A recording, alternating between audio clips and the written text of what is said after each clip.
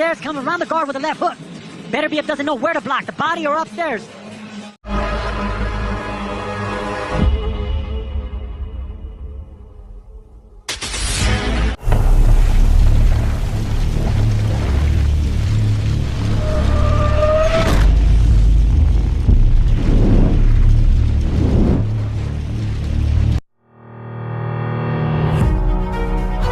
Ang Cuadro Alas promotion sa wakas aprobado na sa Games and Amusement Board ng Pilipinas. Kagad naman na may paparating na malaking laban o boxing event ang yain agad-agad sa lahat ng mga kaubayan nating mga Pilipino.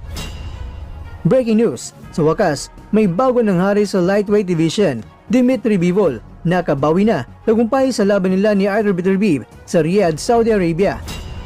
Ito bugaling mga kwentong balitang ibabagi ko sa inyo, kaya tara, kwento na!